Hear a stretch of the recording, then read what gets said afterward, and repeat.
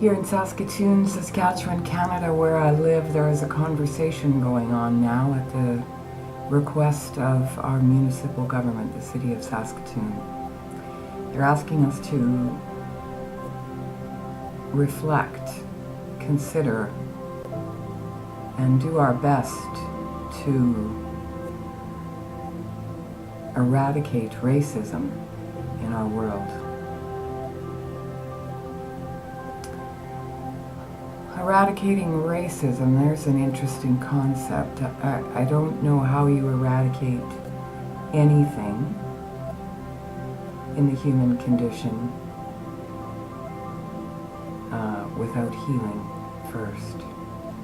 And healing is a process that involves everybody and everything. And also, in this day and age of mass culture and mass media, mass opinion, social engineering and such,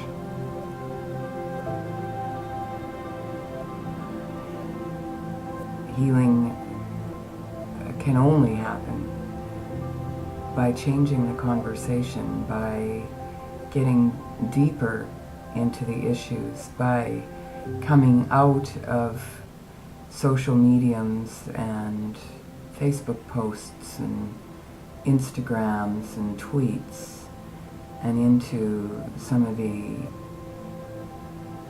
into the level of conversation that takes place in the soul.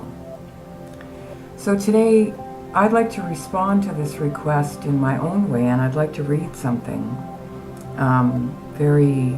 that's moved me greatly, that's clarified my own ways of thinking, and that has impressed me much as a soul message from an honest human who is an Indigenous American. Okay, here it is, from Russell Means. I am an American Indian, not a Native American. I abhor the term Native American. It is a generic government term used to describe all the indigenous prisoners of the United States. These are the American Samoans, the Micronesians, the Aleutis, the original Hawaiians, and the erroneously termed Eskimos, who are actually Yupiks and Inupiats, and of course, the American Indian. I prefer the term American Indian because I know its origins. The word Indian is an English bastardization of two Spanish words, en-dio, which correctly translated means in with God. As an added distinction, the American Indian is the only ethnic group in the United States with the American before our ethnicity. At an international conference of Indians from the Americas held in Geneva, Switzerland, at the United Nations in 1977, we unanimously decided we would go under the term American Indian. We were enslaved as American Indians, we were colonized as American Indians, and we will gain our freedom as American Indians.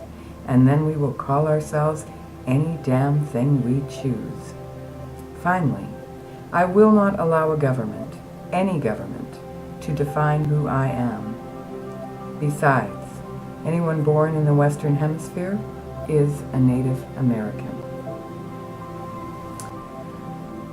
I really appreciated the clarity that Russell brought, the facts that he relayed, and the power of his own position, and I agree with him. I will not allow a government, to define who I am either. I think it's time we start talking about what we have in common, not what we have that's different. That's where we'll find our true love. I know in my own case, my family comes from Scotland on my mother's side and Norway and Sweden on my father's, and as far as my research can tell, we were peasants in every land. And when we came here to the Americas 2 and 3 generations ago, we came here for a better life. We came here for freedom. We came here for a fresh chance. We came here because our own cultures had already been genocided. We had nothing left. We were this close to slaves and lost boys and lost girls as the poorest of the poor are today. And now here I am, second generation born in Canada on my dad's side, and third generation on my mom's. And for me, there is this deep longing of being an orphan, away from my lands, my own homelands, run off my own motherlands, lost from my own culture. It may not have happened in my lifetime, but it's in my bones. And I am deeply sorrowed and forgetful, amnesiac about my true nature because of it. And nothing that I've done to contribute to the trouble of a racist world has ever been done with the intention of my soul.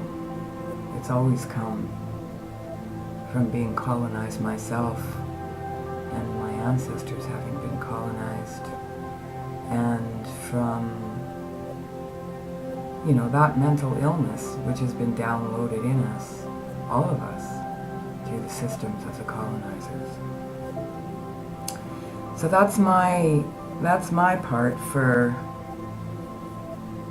toward ending racism. Racism to me is mental illness. It's social engineering. It's ideas that have been downloaded into us for a long time. We're the victims of social engineering that includes racist programming and racist antagonism by rich pricks, to be harsh, to be crude. It's haves and have-nots, and the rest is trickery, and many of us have adopted the trickery, and we just, don't remember who we are.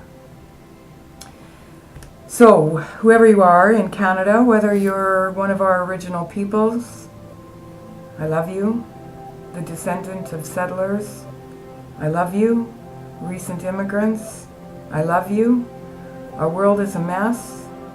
Humans are humans. Our bonding together, our power to change, to see different, to heal, and to connect, well, that's how we do this. It's a big job. We're in it. And good luck. Good luck to all of us, for all of our children. Thank you. Thank you. Thank you for what you're doing.